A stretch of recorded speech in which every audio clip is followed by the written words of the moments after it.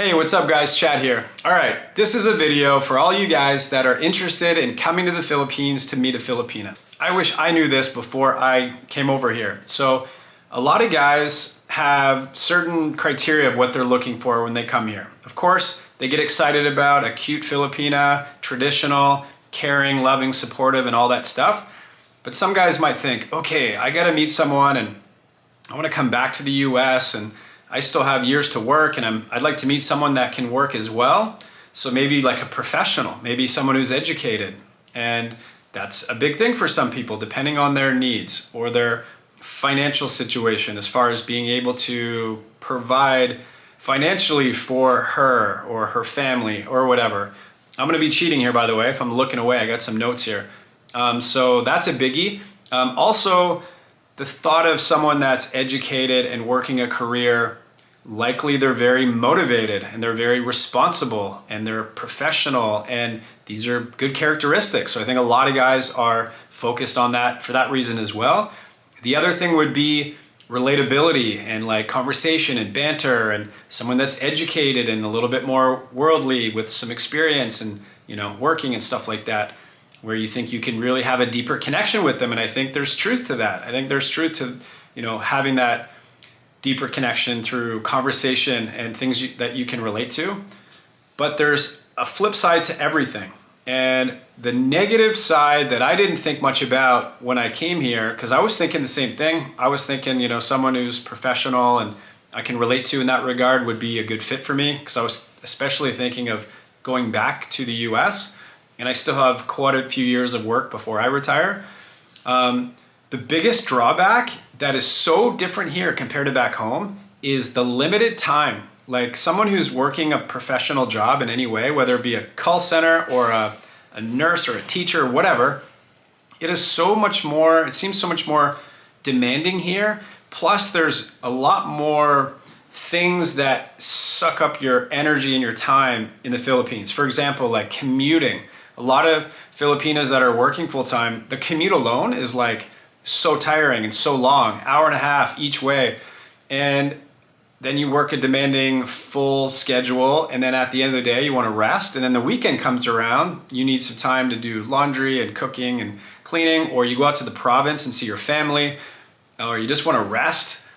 The point is, it's just way more limited on time compared to what you're used to, even with two people that are working full time, where you can just say, hey, let's grab a drink for happy hour, or whatever. There's more conveniences like in the US. You know, everyone's driving cars and everything is a little bit more set up for you for getting around, where sometimes just things are a little bit more tiring and demanding here. So, and then not only that, like there's that whole practical thing that gets in the way, but there's also like the cultural thing, the commitment to whatever it is they're doing. You know, families work so hard to put you through school and get you to that job. You're also, maybe you're the breadwinner, so you know, you're providing and helping your family.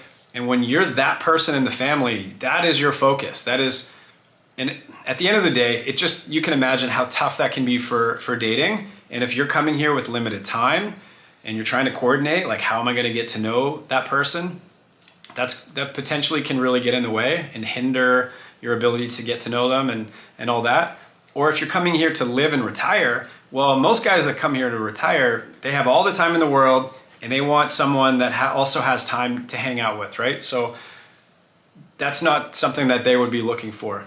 Now, on the flip side to the career, professional, or university student, whatever, you have the category of Filipina that's abundant here, and it could be unemployed, it could be in between things, so temporarily unemployed, could be part-time work, could be doing jobs around with the family, babysitting, working at the sari-sari. There's a number of examples, could be farming, whatever, where a lot of these Filipinas are busy and doing things, but there might be a little bit more flexibility. There might not be such a demanding schedule with repercussions, like if you don't go, you get fired kind of thing. So when you're getting to know them, you're gonna realize they're gonna probably have a little bit more flexibility for meeting you and spending time with you. Like the retirement expats that I know here in Dumaguete, they have found girls where they're wonderful and they're now with them all the time.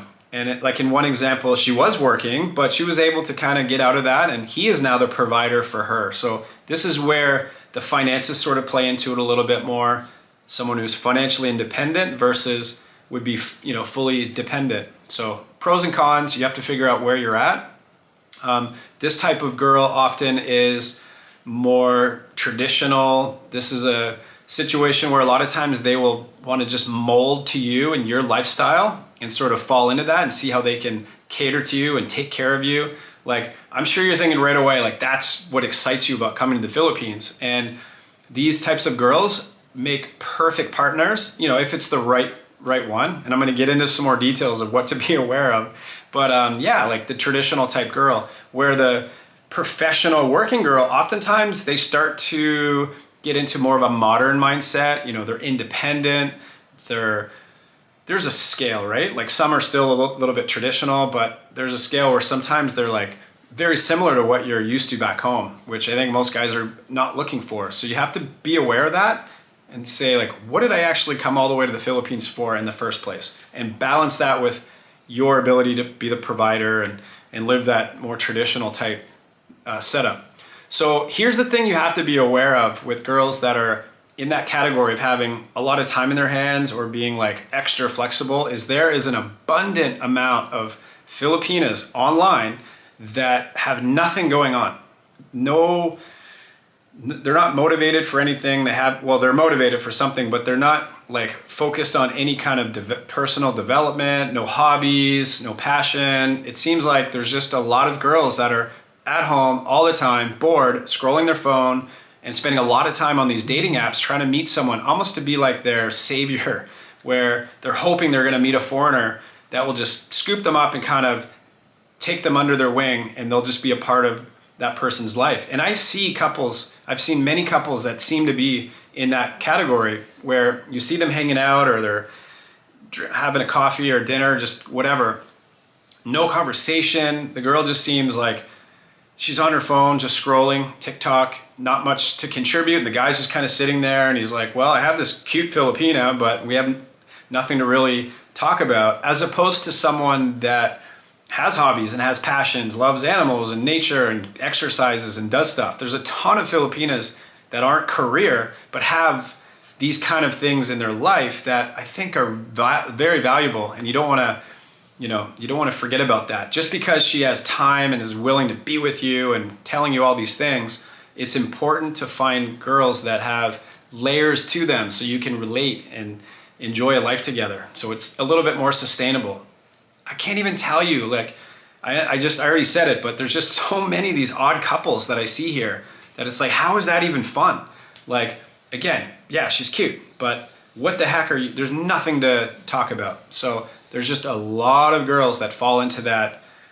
I don't want to say they're lazy, but I've chatted with them, and when I get to know them, and they're never doing anything, they're always bored. So maybe they have another breadwinner in the family and they're just kind of there. Who knows? Every family is different, but there's a lot of them. All right, so just to recap, you have your career girls, very limited time, could be more Western mentality, not all, but a lot of them could be like that. And then on the other side, you have someone that you're gonna be the full financial provider for. You have to figure that out, and then make sure, just be careful with the girls that have nothing at all going on in their life. There's so many of them online, and that's a biggie. I hope this helps, guys. This is just some things that I've observed and learned about over my time here. I'm gonna make a lot more videos. My next video is gonna be about like age and what to consider. Some things might surprise you, but like pros and cons for different age ranges. You know, you're coming to the Philippines, all of a sudden you have all these options, and a younger girl could be an option for you if that's what you're thinking about, but definite pros and cons to the whole thing. I'm gonna make another video on like pros and cons of province versus city girls and lots of other things. If you guys can think of anything you want to add like to these thoughts or to future videos that you'd want to know about, let me know and I'll make a video on it, or I'll add it to something that I'm already doing. But yeah, that's it, guys. Thanks for watching, and we'll see you in the next video.